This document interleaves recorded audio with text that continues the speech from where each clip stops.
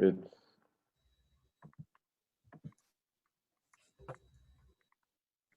okay.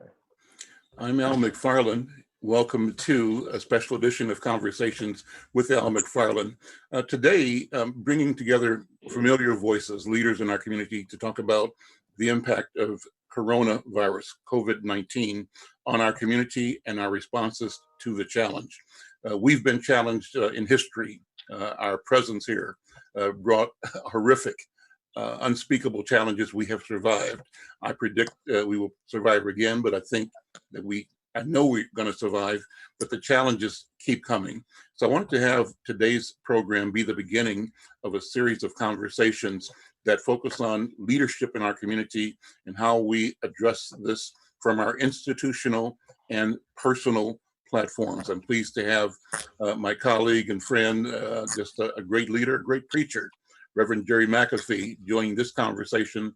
And Jerry McAfee, I'm hoping that what we do today will be the beginning of the rebirth of what we used to do at Lucille's Kitchen when we had the Public Policy Forum. So in fact, I'm announcing to those of you joining us on Facebook or YouTube, our intent to create this as a regular Monday morning leadership and community meeting. And we intend to do this webcast regularly every Monday morning at 10 o'clock. We want people to join by Facebook, YouTube, Instagram, and to share this and to build a space for us to connect with each other. Also today, pleased to have, we'll be joined later by Senator Jeff Hayden, who represents South Minneapolis in the U.S. in the Minnesota Senate. Also on the call right now is Leslie Redmond, who is the president of the Minneapolis chapter of the NAACP. Will be joined shortly by her colleague in St. Paul, Farhio Jordan. Also on the call right now is our friend, an organizer, a fighter, a leader, Lisa Clemens. She is the guiding light in the organization called A Mother's Love. What we're doing today is done with the support of On the Ground Strategies. We thank Al Flowers for his leadership and support in bringing us together and keeping us together. Let me go first to Reverend McAfee. Reverend McAfee, first of all, thank you for your leadership, history of leadership and service to our community, and to the creator, first of all. Put in context what's happening with you as you navigate as a leader, how we have to respond to COVID-19. Thank you, Al, and thank you all for the conversation. Let me start out by saying, number one, the first thing I would share with our community is don't panic. You make mistakes when you start panicking and operating out of fear. I always tell people, before you do anything, you ought to do a proper diagnosis before you offer a prognosis. And so I start out by saying, number one, this ain't our first rodeo. We've gone through this before, certainly not with COVID, but with a lot of other things. What I always find interesting is that if you continue to allow the media to infiltrate your mind and give you nothing but negative and bad and sad stories, all it does is exacerbate the trauma that you already had in the first place. And you'll seem like you're hopeless and helpless. Think about this. Right now, we've lost over 40,000 people with this virus. You lose about 470,000 every year to high blood pressure. You lose about 270,000 every year to diabetes. You lose over 60, 70 some thousand every year to drugs. You lose 88,000 or more a year for alcohol. Now, those are just some of the startling statistical data, not to mention the flu. I said all of that to say this, that what amazes me about our community, because what this thing has revealed, it has also revealed not just the gap in the white community, but the gap in the African-American community, because God allowed some of us to make it. Now we've got historical and cultural and Jehovistic amnesia to the point that we wonder, well, why Black folks still out?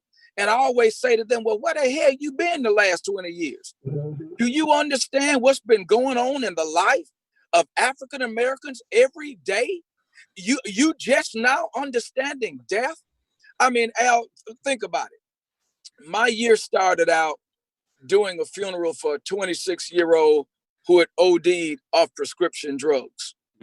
Just the other day, Lisa and I was at a site, another young man killed.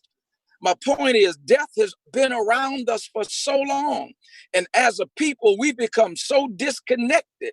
And what we need in order to get back to where we need to be is connection again. The Bible says, in all of thy getting, get it understanding. And so they told us about this disease. They put us in quarantine in the house. And we've been in the house. Many people have, as well, many should. Because if you don't understand it, look at how this thing is affecting it and who it's exploiting. It's exploiting high blood, diabetes, cancer, heart disease, all of those things that's been happening in our community forever and a day that has been left undressed by the powers that be. And for us to turn around again, certainly government always have a role, but how do you continue to trust a government who done showed you where their head is at? So you have the people who are working on those things from the government side, but the question becomes, what are we willing to do? What are we willing to do to change our own trajectory during this crisis? Here's what I suggest. Number one, everybody got to start dealing with your health. You got to build your immune system. You got to eat right. You got to deal with your level of stress that you're always going through that continues to build on that pain that you feel. So when, like for me, I do elderberry, ginger, turmeric, vitamin D, vitamin C, astragalus, a lot of other different things can be done even during this crisis, where we can start taking care of ourselves. One of the things we've been doing at the church, we found an area where there was some problems where seniors were not being taken care of. Well, we do from 150 to 200 hot meals a day and deliver them to our people with nutritious meals. The other thing that you ought to see this coming, every group in there, brother, you look at New York, you look at California. Right now, they're telling them, if you go out, get masked. Well, in our community, we ought to be talking about getting masked already. I gave out over 300 and some masks to our members week before last. Because if it's a social distancing issue, why do we wait? Get the mask and stuff now. If they don't have them, we produce them ourselves. Our little company has produced about 7,000 to 8,000 masks, 3-ply polypropylene, the whole nine with it. So you're manufacturing the mask, you're making the mask. Yeah. Yeah. And we sent some, I think the Air Force in San Antonio ordered some. So, again, we got to do for ourselves. We got to quit letting people do it. Here's what we know. When the stimulus dollars came down for small businesses, did black folk get in it? No. Not yet. Nope. Think about this. Over 40-some thousand tests have been given in the state of Minnesota. Historically, we see right now that this disease is affecting mostly African Americans. Are they testing in St. Paul? Are they testing over North? Are they testing over South? And why not? So if we know that they're dissing us already, we just gonna go in the house and wait on them? No, mask up, glove up, sterilize your hands anytime you come in. When you come in the house, take the clothes off, do the things that they're telling you to do, and then understand we're responding. This disease is affecting and killing less than 4 or 5% of our people, period. People overall. 97% of the folk getting well. And we keep accepting this thing that if you got it, you're going to die. Every day on the news, not only do they post the ones that died, hell, they post the ones that's living. But we focus more on that. Look, I'll say this in a hush. The success to healing and health begins in your mind. The Bible says, bring every thought subject to the law of Christ. And so if you're not controlling the flow of the information that you have, it will design a destiny for you that will be detrimental.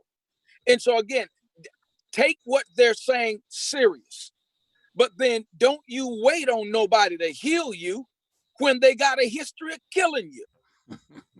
And that's where we need to be. We need to pick ourselves up again. What we're doing in New Salem, I'm creating masks. I'm looking at getting gowns made as well.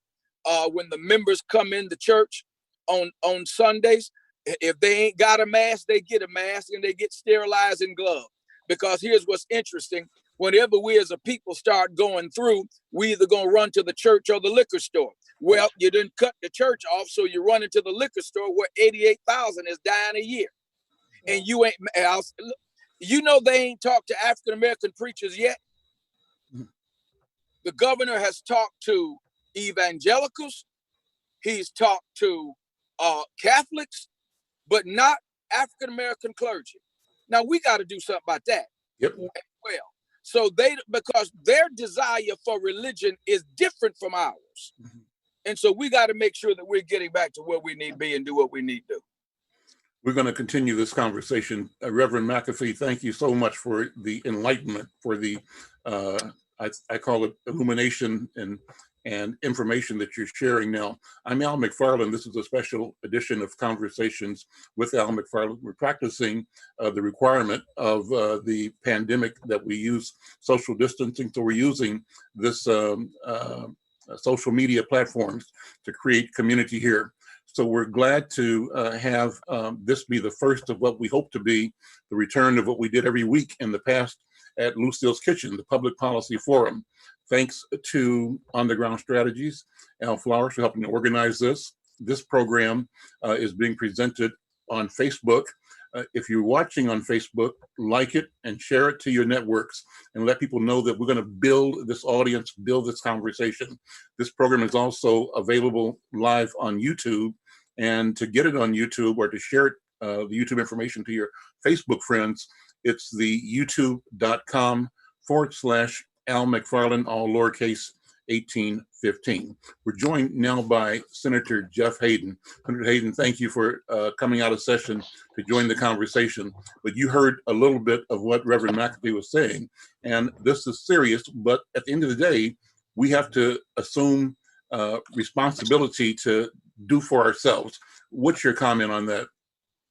Well, first of all, thank you, Al, and all of the panel members for being on this town hall. Sorry, it's a little late. We were literally in finance committee that I served with Senator Champion and others debating kind of this very issue of where the money goes. And this was one where they wanted to send the money to Greater Minnesota for broadband issues and interconnectivity issues, which I found ironic because they may have those things in Greater Minnesota, but I think all of us know that we got the same issues right here in North and South Minneapolis as it comes to distance learning and our children and our households not having the connectivity that we have today in order to do the distance learning and to connect with each other. So there was some irony in that conversation.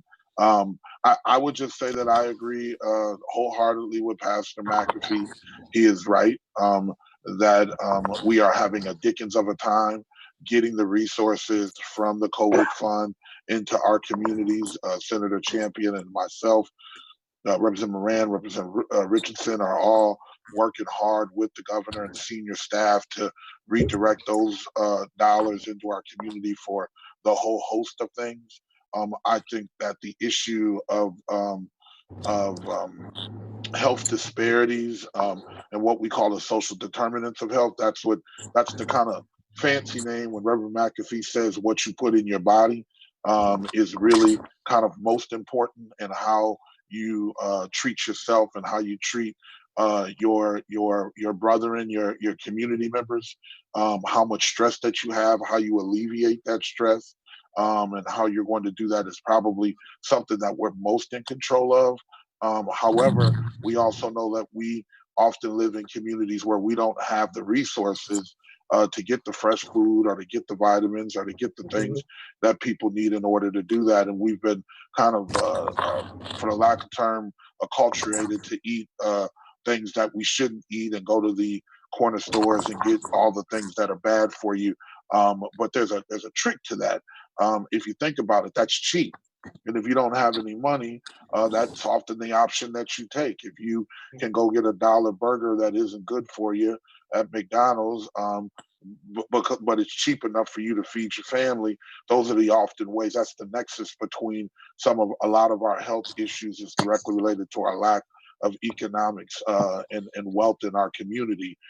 So once again, these are issues that we can take care of. But I will say this, and I'll say it pretty clearly: we got $500 million that the state has appropriated to deal with this issue of COVID.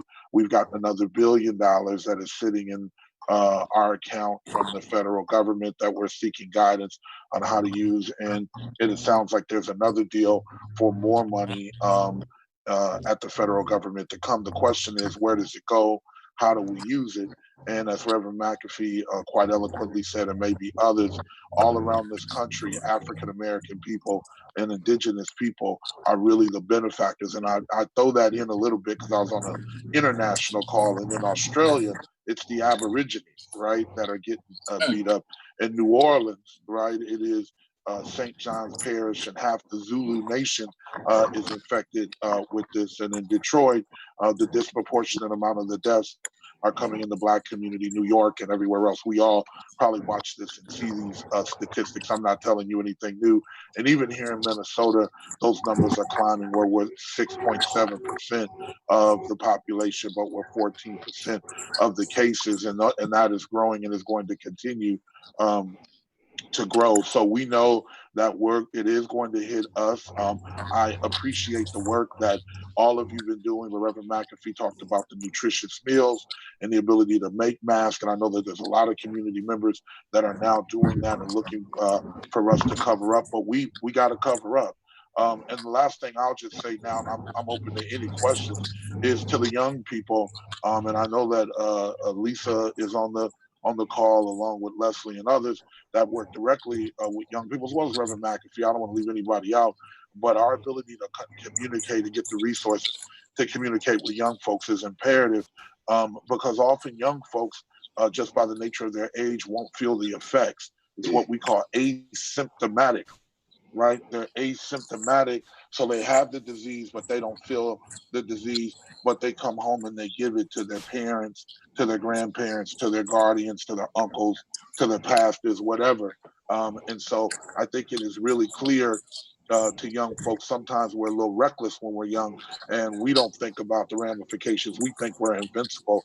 However, that message to get to them that this could be a problem and that they can pass it on to the ones that they love the most is a message that we're trying to get the resources to amplify that message, so that those that are closest to the young people and have the respect of them and know them well enough can get that message out.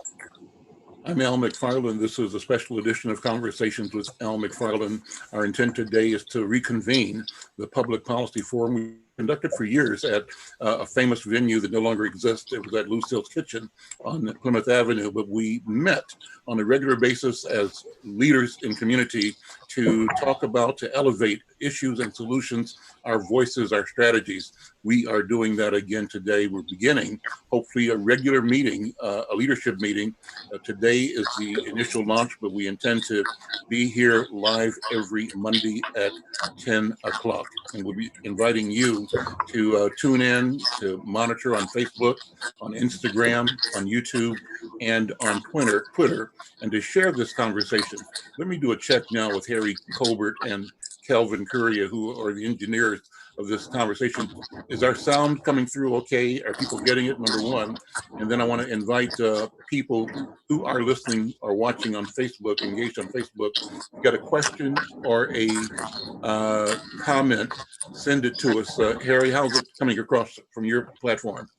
The platforms are coming across fine. I believe there's some interference in one of the person's microphones. But sound and video are coming across fine. Great.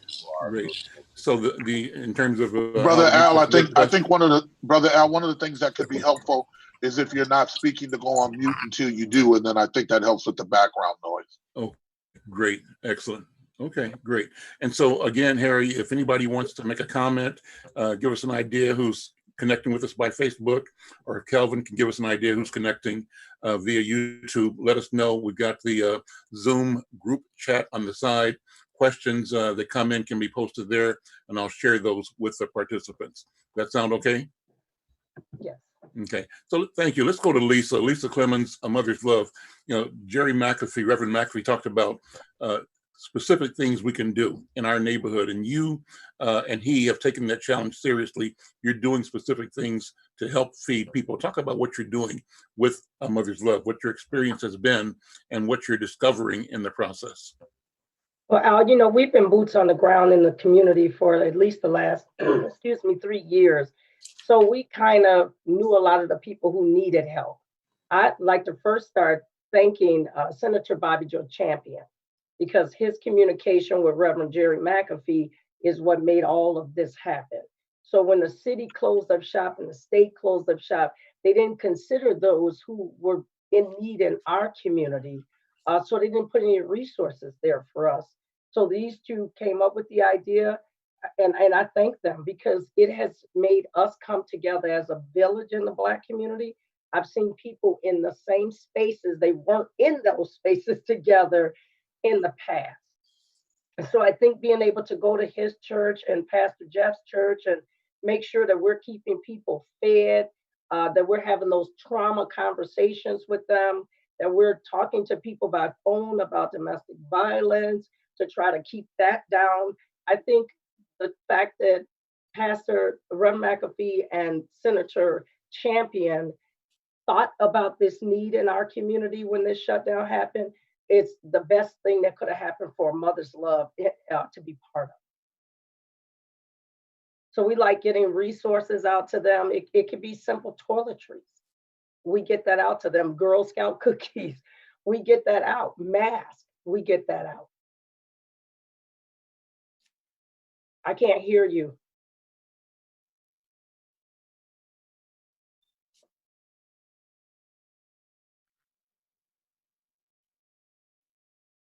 I forgot to turn the mute off. Okay, thank you. Let's tell people how to reach you so that they can support you or join you in your work, Lisa. 612-207-2531. Can I just add this? Yeah, please. I think the recognition that the churches and boots on the ground are crucial for us to survive in our community. And I go back again, when they closed up the state and the city, they really didn't think about those in need in our community. So here you have the churches stepping up with no funding, boots on the ground stepping up with no funding to do what's right in the community for our people and anybody that's in need. So the funding is not there, Al. I'm just saying that to be real. So, we continue to do work. Senator Hayden, what's the paradox? On the one hand, you say the government, our state has $1 billion already and $1 billion in reserve that it can bring against us. What does it take to fund and to resource organizations in our community, the churches, the boots on the ground organizations, legacy institutions? What does it take to get resources so that we can be part of or be supported in our solution work? Well, Al, you've been a part of this these conversations we've been having. You have done a yeoman's job at bringing together a multicultural platform just to get information out. We have had conversations, and I know that Reverend McAfee and other pastors have been involved in. We're bringing folks to the table. And so we've done the work to bring people to the table. We now just have to keep pushing, and the community is going to have to keep pushing our leaders. And I will say in our defense, Senator Champion and I think you guys would agree, have been bringing these issues to the table, have been talking about them, have been talking about how to put those dollars in our community. And to this point, I'll just say we've gotten pittance. We haven't gotten what we want. We've gotten just over, $1 million, and that's spread across the whole people of color continuum, right? Now, that would be no money even if it was just for Black folk, but that's spread out a bunch of people. So we got to keep pushing. We got to have forums like this. We have to develop, and it's very hard. I know people are struggling out here, but develop, letter writing campaigns and others to do it. We also need people who live all across this metropolitan area. And I'm proud to represent South Minneapolis, and Senator Champion is proud to represent downtown and North Minneapolis. But we got a lot of other state representatives and state senators that represent us, and they need to get into this fight with us. I can guarantee you, and once again, I think it can be affirmed by people on this call, that we have been at the highest levels of our government, the governor, the lieutenant governor, commissioners. We have convened these conversations and pushed each. Al, like I said, you're helping to convene one every single Saturday at 11 o'clock, and as you know, even when we do get it, it's moving at what I call the speed of bureaucracy, which isn't helping the work you've done. It doesn't help the things that Lisa and Reverend McAfee and others are talking about. So we're going to need the power of the NAACP. I see Sister Farhiro and Sister Leslie on the call. We're going to need that power from our community to help push this, to get it there. Once again, the resources are there. It's just our ability to wrestle them out of the hands of the bureaucracy and into the community where it's needed. Let me shift to bring in the voices of Farhia Jordan and Leslie Redmond, directors or presidents of St. Paul chapter in NAACP and Minneapolis chapter in NAACP. Sisters, first of all, thank you for your leadership and your service to our community and to humanity. Leslie, let me start with you. What do we need to do? What is the NAACP doing right now in Minneapolis to activate and to mobilize our community and to move towards ensuring we get the resources we need to respond? Thank you so much. I want to say thank you, Mr. Mcfarlane, for having us here today. I want to shout out Al Flowers and thank him for always bringing us together in a meaningful way. I want to go back to something that Reverend McAfee started us off with at the beginning of this conversation, when he was urging our community to pick faith over fear, right? I think that is extremely important. And that's some of the messaging that we've been trying to communicate as well. I am always reminded that the NAACP is an advocacy organization. And so that's what we've been really targeting around. At the beginning of this, we knew that Minnesota has some of the worst racial disparities in the nation. And we knew that it was going to disproportionately impact our community. So long before the statistics start coming out and long before they started talking about it, we were working together. We worked with a number of community organizations to create a blackcovidresponse.com, where it talked about some of the needs of the Black community and where policymakers and the government can come into play. Weeks before the numbers and the disparities came out, similar to what Reverend McAfee was saying about the churches not really being engaged. When I was looking at those press conferences that Governor Walz was doing, I was very shocked. One, that there was no Black representation. There was no equity lens that was being utilized. There was no consideration of how that Black community was going to be impacted. So the point that Ms. Lisa is saying about boots on the ground organizations and churches and organizations getting money is very real. I am very concerned about that. You know, Minnesota is the 10,000, known for 10,000 lakes, but it's also 10,000 nonprofits. And a lot of the time, the people who already have grant writers set up and who have systems set up at home are the ones that are really accumulating a lot of these funds, because I've been seeing the funding come in and I've been sharing a lot of the links, because NAACP isn't even eligible for most of the things, but I've been sharing it and I've just constantly been thinking, you know, like, there's going to be a lot of missed opportunities. And to be honest with you, the way the current system is set up is for us to continue being oppressed. We are literally dependent on the same systems that have enslaved Black people, African American people, people of African descent, who have enslaved us, who have literally put us in this position to somehow free us and help us. And it's just not going to happen. And so if some change is going to happen, it cannot be business as usual. What needs to happen is we need to see the organizations that are doing the work, right? There's so many organizations on the ground. Thank you to everything Lisa's doing. Thank you to everything Reverend McAfee is doing. Thank you to Racial Justice Network, who's doing a lot of great things on the ground. There's a number of organizations. What should happen is those organizations should just get funding, right? They shouldn't have to apply. They shouldn't have to jump through hoops. They shouldn't have to do all of these things, right? Because again, this is how we set up systems of oppression, where the people who are already close to the wealth get the wealth, and the people who are already closest to the poverty and the struggle on the ground keep getting pushed down. And so those are some of the things that I've been advocating for, right? Is to remove away from some of those things. I've also been on a lot of Zoom conversations trying to get an understanding of some of the needs. So Louis Blaze, who works with M4, he's a young person that works with a lot of young people. And some of the things the young people have been saying is that they're not eligible for unemployment, right? A lot of young people were the people who were helping their families stay afloat. I remember when I was in high school, I was helping my mother pay on her mortgage. You get what I'm saying? So I can't imagine being stripped from being able to work and then not being able to have any funds to be able to keep my family afloat. And that's a part of the conversation that hasn't been mentioned. I've been working with the young people to make sure that they're getting food and resources, because I notice a lot of them are prideful, you know, and then there's just some families that don't have access to transportation. So we've been working with Soul Bowl, who's providing free food, but people might not have the transportation. So we've been picking up meals, ordering them, and dropping them off. A lot of our work, I try to tell people, is behind the closed doors. You know, people don't see a lot of the phone calls that I'm making, a lot of the work that I'm doing, because unfortunately the media only focuses on criminal justice issues. If you're calling out criminal justice, they'll come front and center.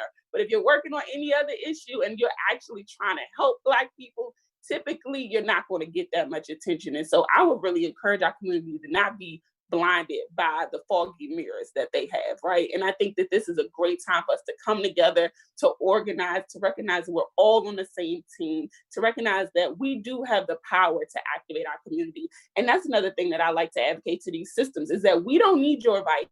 We don't need your help. And in actuality, if you want to do something, just give us the resources and leave us alone, right? I think that we are being put at a disadvantage because we were already in the middle of a tragedy. It was already of a state of emergency for Black people, right? And now it's a state of emergency times 2, right? And so what do we need? We need to be given the resources and the materials in order to equip and help ourselves, because we have the answers. I am so impressed with the Black leadership and Black community members on the ground. I'm so impressed. And honestly, when it's people going outside and they're not abiding by the rules and the stay-at-home orders, it's not Black people. But we don't talk about that, right? They literally just had a protest at the governor's mansion with no mask on. They weren't 6 feet apart, and there was no police present. Could y'all imagine if that was Black people doing that? It would never happen, right? And so we do have to talk about the conflicts that are happening right now. We do have to talk about, I'm sorry, I'm not going to talk too long. I think the point too, the Reverend McAfee made, that I wanted to elaborate on is our health, right? Like Reverend Dr. Martin Luther King once said, of all forms of inequality that exist, the disparities in the healthcare system are the most shocking and inhumane. We've been getting warned about the healthcare system for so long, but it's like the silent beast that lurks in the night and takes a lot of our family members. I think we all know people who have died from high blood pressure, from diabetes, from strokes, from cancer, and all of these things. And when it was impacting our community, no one cared. And so now is the time for us to say, we matter, we are alive, and we need these resources more than everyone else. And so I'm not interested in equality. I'm very interested in equity, but that's not going to happen if we don't have a seat at the table. And so I think that it is crazy that Governor Walz has not talked to the Black pastors. I think it's crazy that they have not really consulted with the people on the ground. And I often talk about, when Governor Walz is talking about a one Minnesota, typically he's talking about a white Minnesota.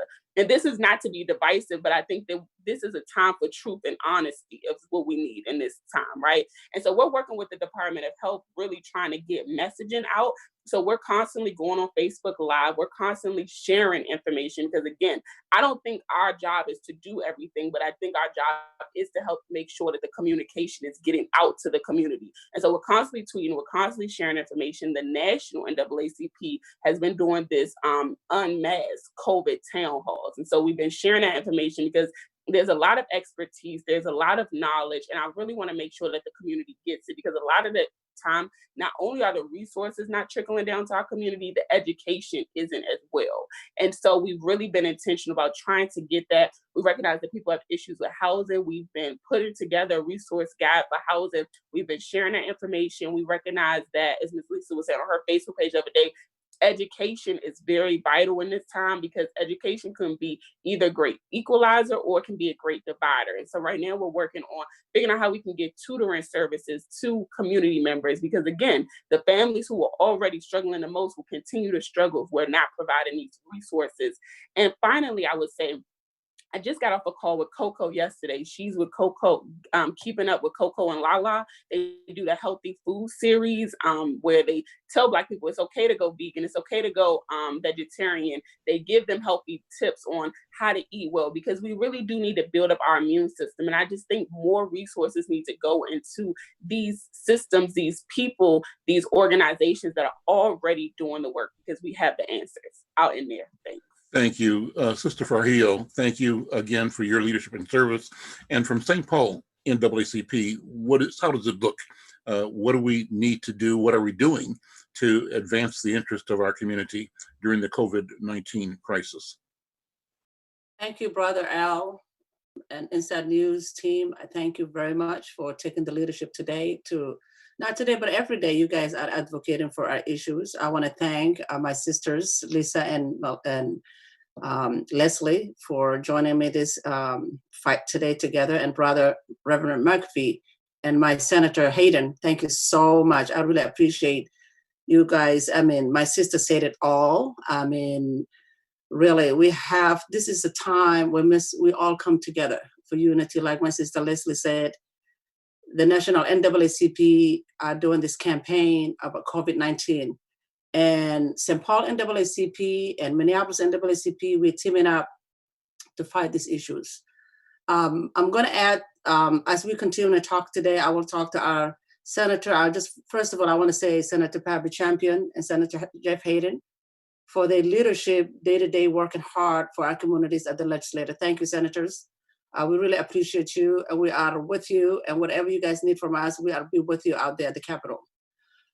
We really immediately shall ask our governor, this is the time for just only $100 million to be appropriated to African-American and African immigrants in Minnesota. This is just the right timing, because our youth are struggling.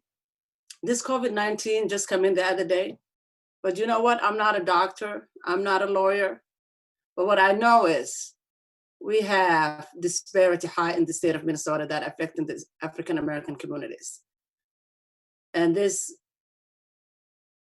coronavirus just showed up, but this was always been here. And this being affected is not something to just come in. This is a long-standing policies that is being affected. Gun violence, like in St. Paul. And here in St. Paul, we have gun violence going on every day, even though the coronavirus, people are fighting for social distance. Robbery is high. People are breaking up stores. And how can we all come together and advocate for our issues in our community? St. Paul NAACP be directly working with our St. Paul Police Department, for our Ramsey County Sheriff, Ramsey County Health Department, Department of Health, our governor's office. But we can talk all we want, but if we don't have the resource to advocate for our communities, how can we end the domestic violence and the homelessness? Even though this will end, and I hope and I pray this ends today, but the struggle continues in our communities.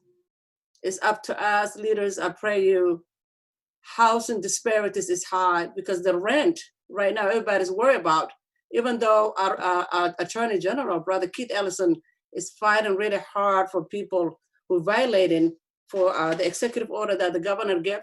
People still are being evicted. And this is unacceptable. So we must come back to the table, talk to our governor, let him know we are watching him, what he's gonna do about this time when we say, when you release $330 million, how much are we gonna see that $330 million in our community? And people of color are being tested. Are they access to health? The disparity is high. And I just want to leave it to that. I'm going to continue with the conversation. Thank you. Thank you. I'm Al Mcfarlane. This is Conversations with Al Mcfarlane, the Public Policy Forum. We're gathered here to begin a series of regular conversations using Zoom and using Facebook and YouTube. Hopefully we'll be adding to that. We'll be adding to that mix platforms like Twitter and Instagram.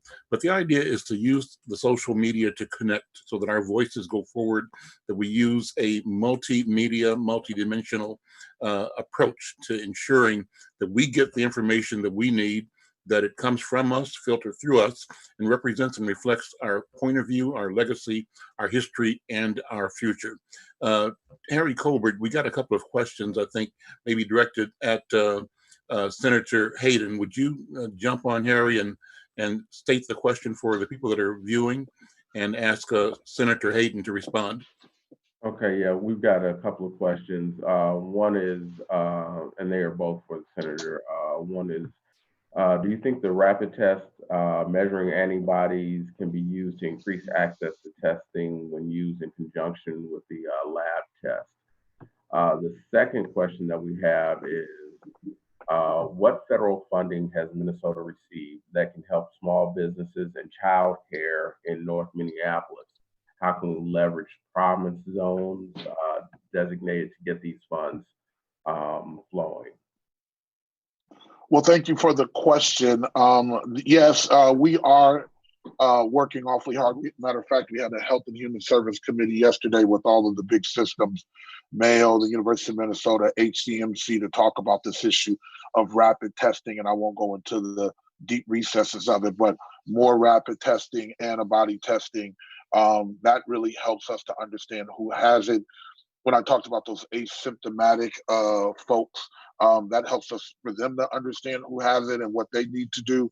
It will also help us to open up businesses because we can kind of figure out who's got the disease, who doesn't, and some real work on a vaccine, antibodies, which gets us to what we call herd immunity, which means that then the disease won't be able to spread so quickly. And then as it relates to small businesses, we at the federal level, there was a fund, the Paycheck Protection Act, that was out. And that way we went through about 356 billion, I want to say, pretty rapidly. Now, the problem there, I think you saw, is all the big businesses got the money again, right? It's the same thing Sister Leslie and Rev. McAfee and everybody's talking about. So that money, the big Shake Shack and the Hiltons and all that got a lot of the money, and we certainly didn't get it there. It looks like they have a deal at the federal level to appropriate more money to try to target that. The $1 billion that we have, we're still seeking full federal guidance on it, so the money's here, but they haven't exactly said what we could use it for. So we're waiting for the federal government to give us the guidance on that issue, and then there are a lot of talk and more money that we're trying to develop for a couple of things. One is the small business sole proprietors that come from state money. So that would take care of like those daycare centers and our small businesses, microloans for really small businesses as grants to be able to help them. And then we're also working on $100 million housing fund. We've done a moratorium on evictions and foreclosures. However, when that moratorium is over, then you might have a 3-4 month mortgage or rent payment due, which leads you to directly to get foreclosed on, or they head down to the courthouse and file a UD and or eviction notice on you. So we're working heavily on, and we're having a lot of trouble out of Republicans here in the state to get a fund and then have the guidance to be able to make sure that that gets in our communities to help folks who have been directly impacted by this and are unable to pay their rent. So hopefully I answered those questions, but there's a million scenarios. But the big issue is we really need to fight hard to ensure that those dollars get in our community. And to Lisa's point, Sister Lisa's point about the boots on the ground, and we've had a lot of conversations about that. And really to Sister Leslie's point, Sister Edmonds' point about how you get the money, who gets to apply for it. I just will, and I've had a lot of conversations to our philanthropic partners about this issue, that if you give it to your trusted partners, right, they're going to get the money and suck it up and do the same thing, and that's going to lead us to be in the same position. Senator Champion often quotes Mom Mabley, says, if you do what you always did, you're going to get what you always got, or something like that. Reverend McAfee, you could help me, you probably know that saying. But we really do need to change the paradigm in our community. If the money just continues to flow the way that it always has, we know we're gonna have the brunt of this, and we're gonna go further behind. I have always said, and Reverend McAfee, you can respond to this if you would, too often when there are cases of just ordinary existence, problem solving, we get the misery, they get the money, to say it succinctly. And too often our misery is actually a business for them, that they camp themselves around the inequity that they create in policy and in practice. And as we bleed, they bring the gurneys, but sometimes they're not in the healing business, they're in the gurney business. And so they need to have bleeding going on all the time. That's cynical. It's a cynical point of view, but it's one point that you've probably heard before.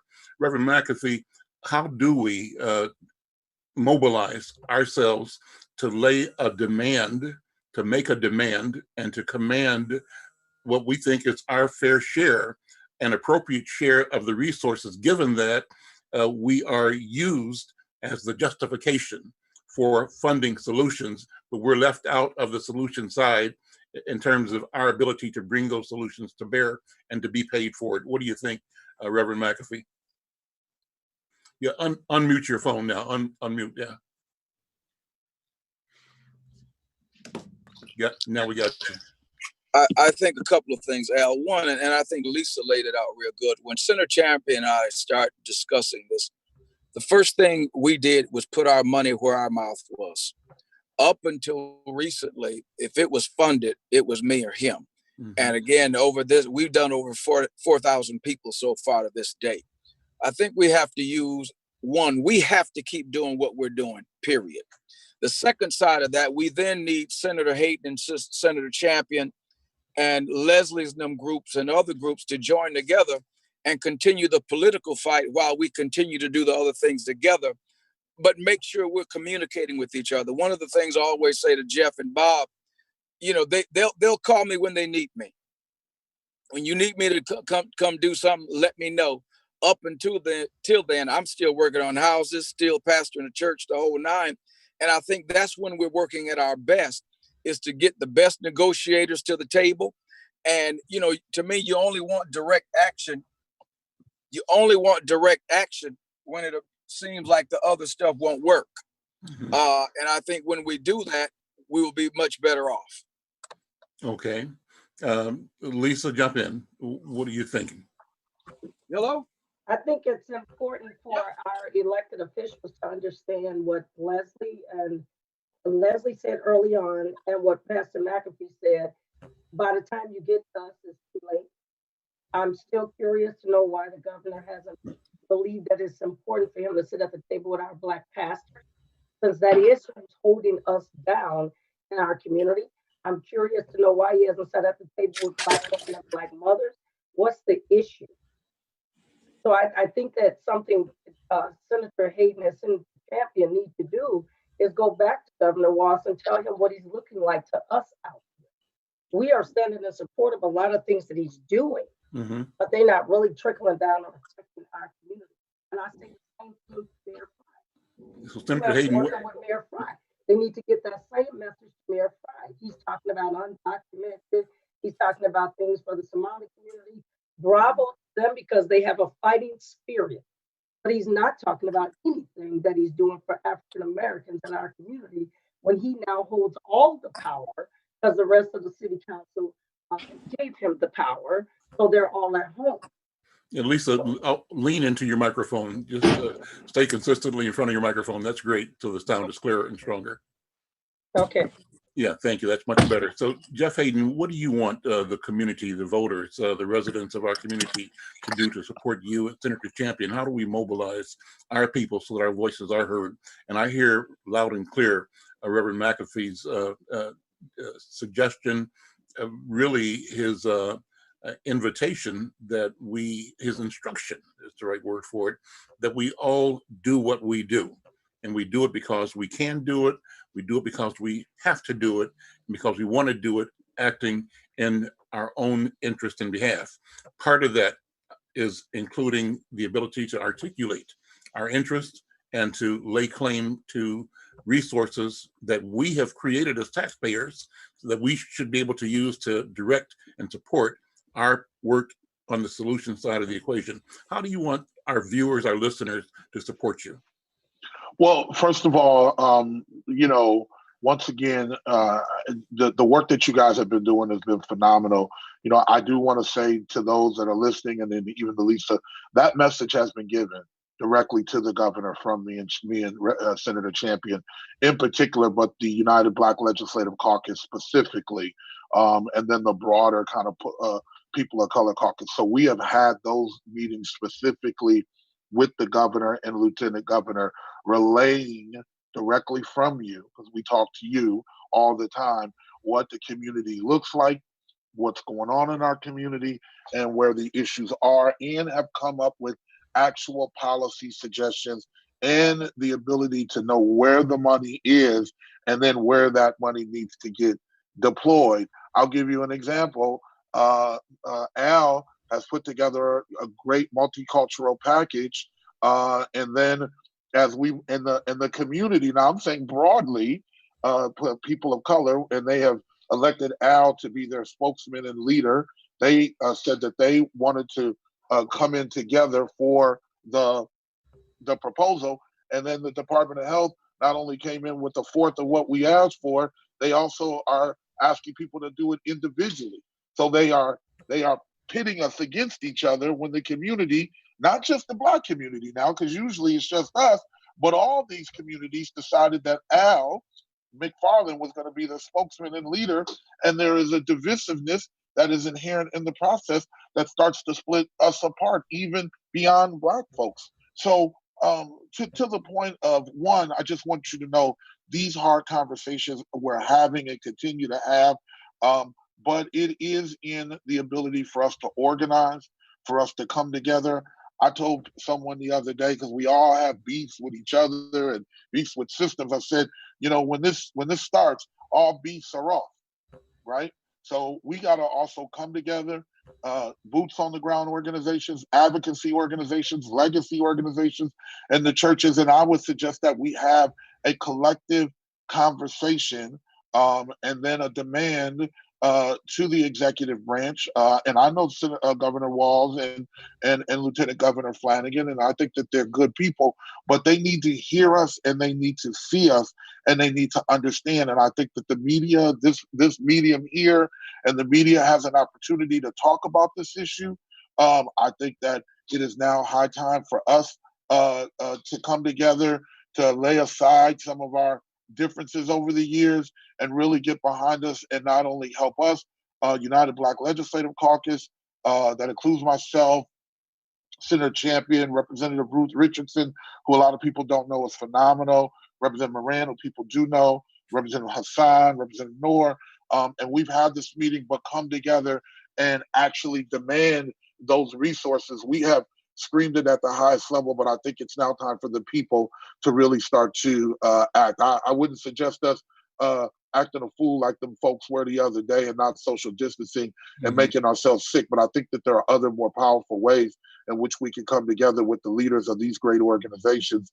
And I think it starts with us organizing, us agreeing in principle to what we want, and then laying that out. And I'd be more than glad to help with that. And I know Senator Champion and others would do it because we're already doing it. I think they just need to see our community behind us. We're down to the last few minutes of today's program, but I want to thank all of you for being here. And I want to thank those who are joining us by either Facebook or by YouTube. I want to say that we're going to do this again. This is the beginning of the relaunch of the Public Policy Forum. Thanks for the support of On the Ground Strategies and making this come together. Our intent is to convene this group and you, others, starting Monday at 10 o'clock. Every Monday, mark it in your calendar.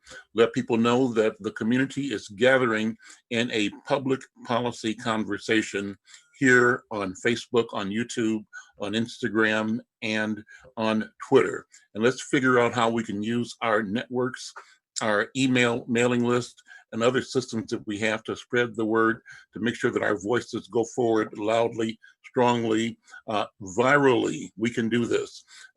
You can capture this program on Facebook at Insight. You can capture it on YouTube at youtube.com/Al Mcfarlane 1815.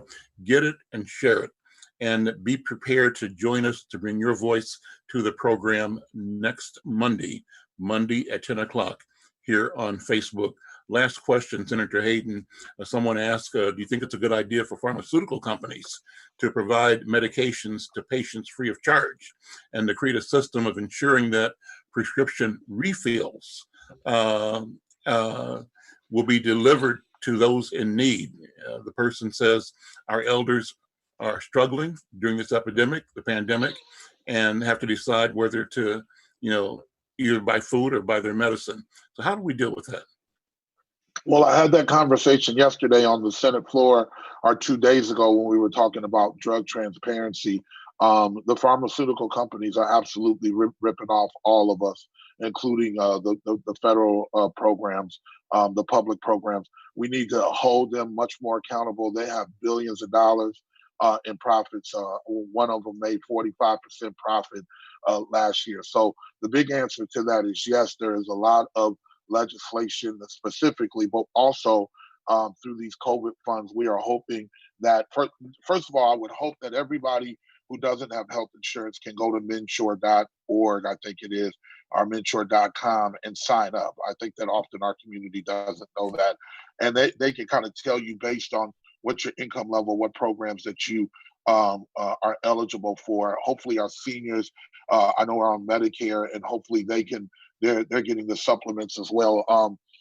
But this issue of, it is a deep issue of the pharmacy benefit managers, and just the whole racket that we call the drug companies, the legal drug companies, if you will, are ripping off Minnesotans, and in particular in our community, we're the ones that aren't getting the things that we need. So that's another thing we're working on, but that's a long-term systemic issue that we've been working on over time at the legislature.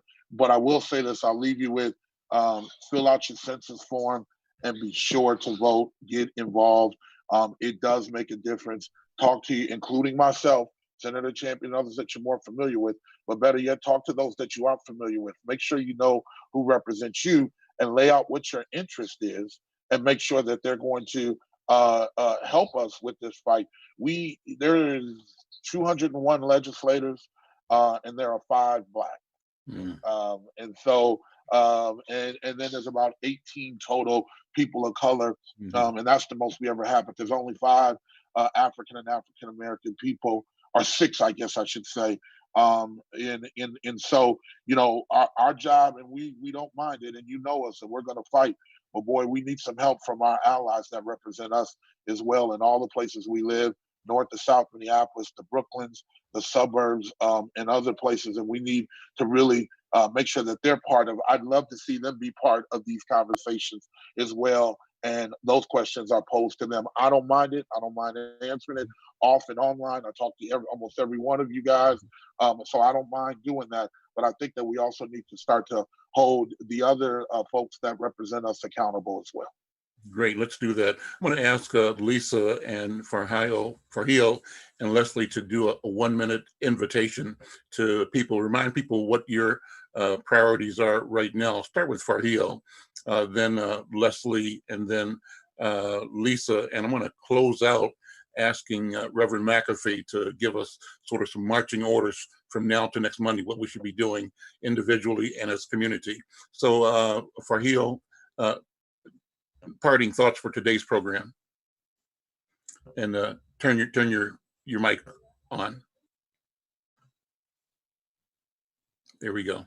I want to say thank you to you and Brother Al Flower. I want to make sure I don't forget about him. And I want to also thank all the fighters on the streets, Safe Streets, who are coalition, who are fighting together. And I just want to say, we can talk a lot all day and what things that we want. I want to all of us take the time to pick up the phone and call our legislators.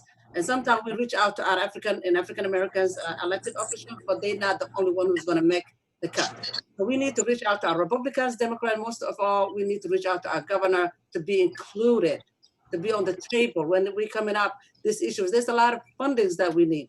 And I just want to say thank you for doing such a things of important issues that we're talking about today. And also, I want to remind everybody, I want to say it's Ramadan Cream.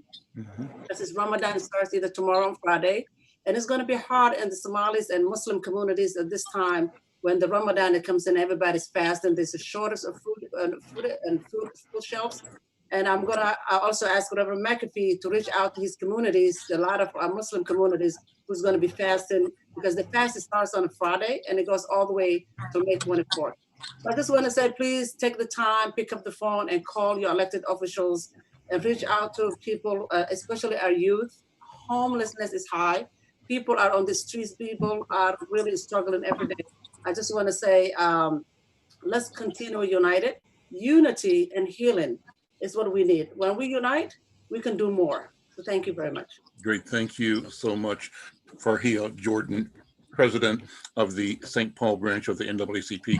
Leslie Redmond, same thing. Would you give a sort of a parting shot here? Grace and peace, everyone. I want to just thank you all for tuning in. I want to thank Insight News and Mr. Mcfarlane for having us today. Again, thank you to our flowers. Thank you to all of our panelists. I think that this was a very fruitful dialogue and that we can move forward together. I urge you, all of you are already not, please make sure that you go and follow us on Facebook, Twitter, Instagram. Our Instagram is Minneapolis NAACP. Our Twitter and our Facebook is MPLS NAACP. That's where you can get a lot of updates. If you're interested in emailing us, my email is just president@mplsnaacp.org. We are actually working and we finally got our Zoom account set up.